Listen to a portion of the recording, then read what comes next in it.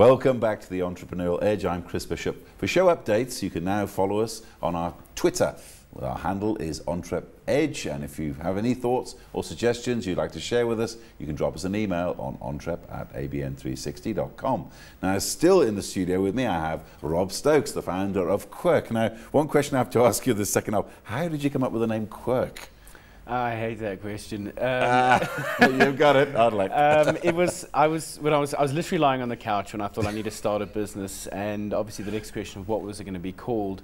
My dad's business was Nigel Stokes Motors, named after the name, and I toyed for a few minutes of Rob's Computer Services, which also happens to be my initials, RCS, and then I looked over at my cat, and her name was Quirk, and I thought, that's an unusual word. It's short. I'll probably be able to get the domain name, and off I went. And away you go. Yeah, so Quirk is actually named after my cat. I'd definitely like to have something more fancy to tell you, but that's the reality. Well, at least you're honest, I suppose. So how did you build? You got your first, you've gone through near bankruptcy, you got your first jobs. How did you build and start growing into a fully fledged company? So I think it was a blend of intention and fortune. For example, in 2004, one of our early staffers moved up to Johannesburg, because we started in Cape Town, moved up to Johannesburg to chase his now wife. And he clearly enjoyed working in the business, and we said, and we loved him, and he still works with us.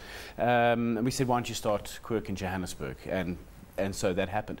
Likewise, in 2005, one of our other people was moving to London, I think once again to chase a boy this time, and we said the same thing. And so it wasn't a lot of planning and what have you. I do believe a lot in kind of opening yourself up to opportunities and then capitalizing when those opportunities come along, but trying to be as discerning as you can be, because a lot of opportunities tend to come to your door.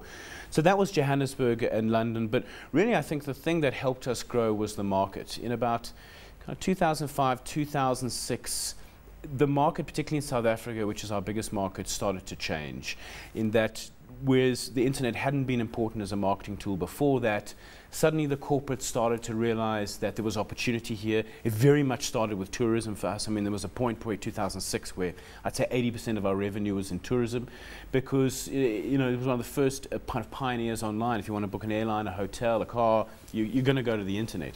And so those tended to become our clients.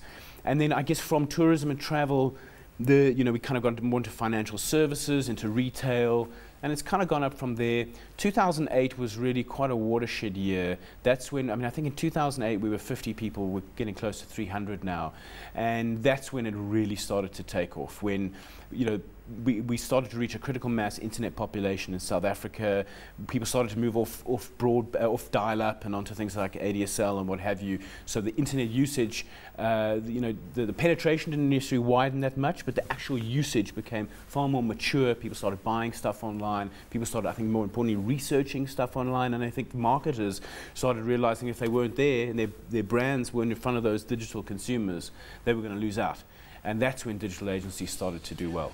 So trying to find those people to come in and help grow your business, what sort of difficulties did you have? Look, it has to be said that particularly in South Africa, we do have a chronic skill shortage. It's something that I'm passionate about fixing. In fact, recently we bought the Red and Yellow School to try and go some way towards solving that problem. I think one thing Quirk has always done very well is treat its staff well. We've got a fantastic culture in the business, a culture where we work hard, but we also have a lot of fun in the process. And as a result, our staff churn is extremely low, and we're quite good at attracting great people. We can always be better at both attracting and retaining, but I think we've had an easier ride than most. But I think really it's about getting your name out there, doing great work, and the best people, you know, as long as you compensate them fairly and you treat them well, they want to come into a business where they're going to get to show off their skills, and we allow our staff to do that. You mentioned 2008, and that's a year that strikes fear into the heart of many entrepreneurs. How bad was it for you then? It wasn't at all. Wasn't bad? No, I get asked this question a lot, because it was a very, very challenging year, and I think there's no doubt it impacted us, but the growth in the market outside of the financial crisis was so great in digital. I mean, if you think about it, you know, South African marketers at the time were probably spending 0.5% of their budget online. The UK at the time was spending 25–30%. That's a massive jump to have to make. We're sitting probably today at about 10%, but still that's a 20-fold growth in 4 years. And even with challenges on business and marketing budgets as a whole coming under pressure, the growth of our little tiny slice was enormous, and we were growing, as I said, off a really low base, so it was impactful.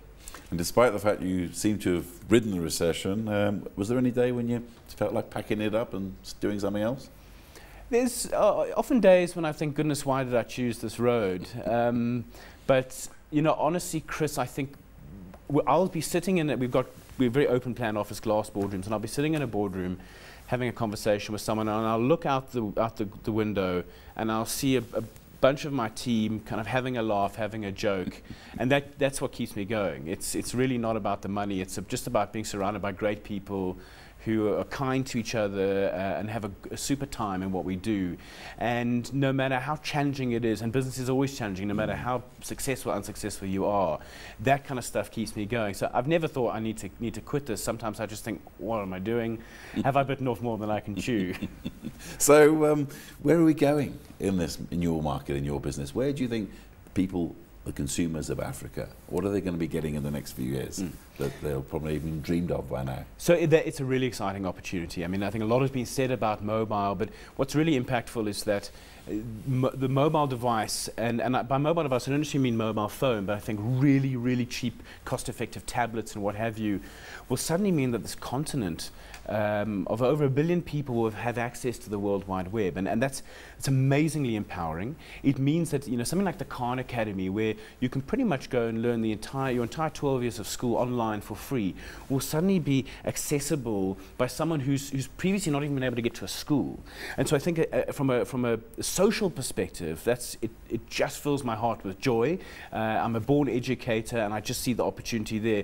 But then once again, from a marketer's perspective, which is ultimately the industry I work in, it gives marketers an unparalleled access to people in a way that, you know, through the personalization of the mobile device, you can offer a truly personalized service, personalized experience to a consumer, not just, you know, slamming marketing messages in their face via TV, print, radio, what have you, but taking a very customized approach, tailoring a message to them, tailoring a service to them.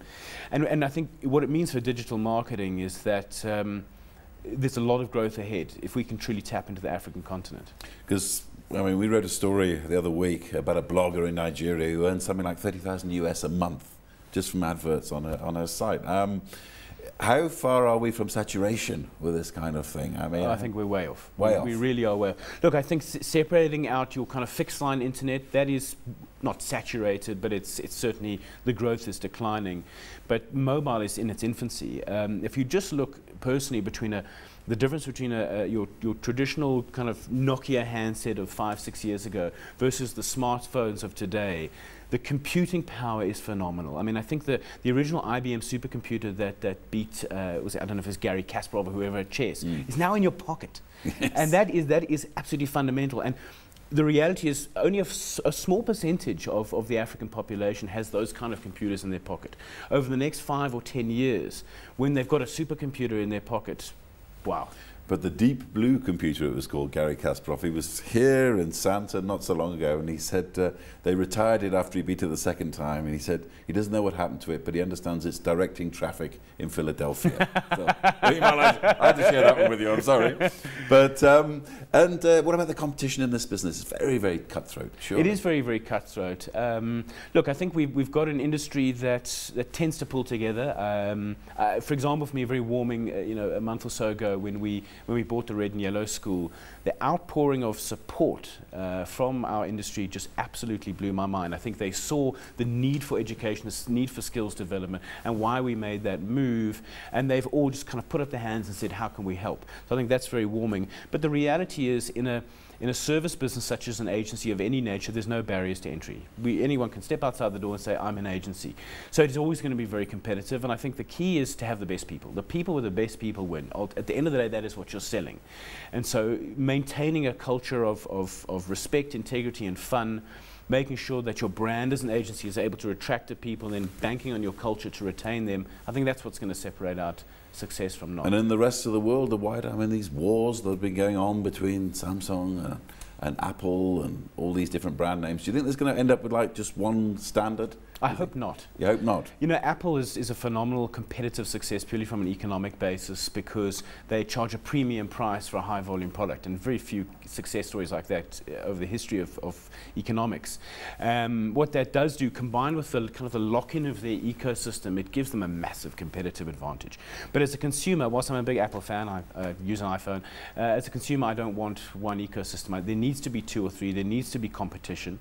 And you know, whilst I think Samsung did copy the iPhone, I think Apple should bank in itself to out-innovate rather than protect itself using patents. I do think the patent system is patently broken, and it is holding back innovation, and it is hurting consumers. It's a fine balance, because you need to reward innovation, you need to protect it in some way, but you also need to push things forward. And who's your role model in the industry? I think I have a few, but for me, you know, with the passing of Steve Jobs, who was always, he's a true visionary. He really, really was. If you think of where Apple is now, and he achieved that through his cunning. I think Jeff Bezos is probably it. He's the founder of Amazon.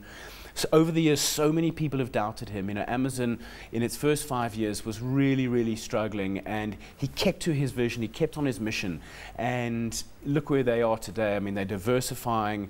They could be that next platform to compete with Apple. I hope they are. And I think the guy's a visionary, and I think he understands people, and I think they'll take him far. And speaking about vision and keeping to your mission, lastly, where are you looking to spread in the rest of the continent? So for us, once again, it's about seeking opportunity. We've said to ourselves we want to grow throughout Africa. We're starting to pick up some clients, but from a local South African base. And I think we'll look to the top economies, you know, Nigeria, Angola, Uganda, Kenya, of course, Tanzania. And we'll largely go with our clients. Quite a few of our clients are naturally moving up through Africa. So, you know, where they want to work with us, and thankfully most of them want to through Africa, we'll use those opportunities and set up base when it's ready. Okay, Rob Stokes, the founder of Quirk, a business which you've now told us live on air that you named after your cat. Thank you very much for your time, humour and insights. I'm afraid that's all we've got time for on this week's show. Be sure to join us at the same time next week. Until then, for myself, Chris Bishop, it's goodbye.